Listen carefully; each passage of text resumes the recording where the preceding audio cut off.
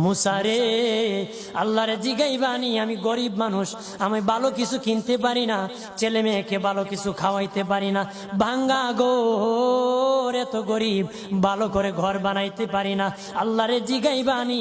দেখুন, একটি মাদ্রাসায় বাচ্চারা কোরআন পড়ছিল, আর ঠিক সেই সময় সেখানে একটি বানর চলে আসে। কিন্তু অবাক করার কথাটি হলো, সেই বানর কোনো বাচ্চাকে ডিস্টার্ব করে না, বরং সে সেখানে শান্ত হয়ে কোরআন তেলাওয়াতকে শুনতে থাকে। এবং এরপর শেষে কি ঘটনা ঘটে দেখুন। শেষে এই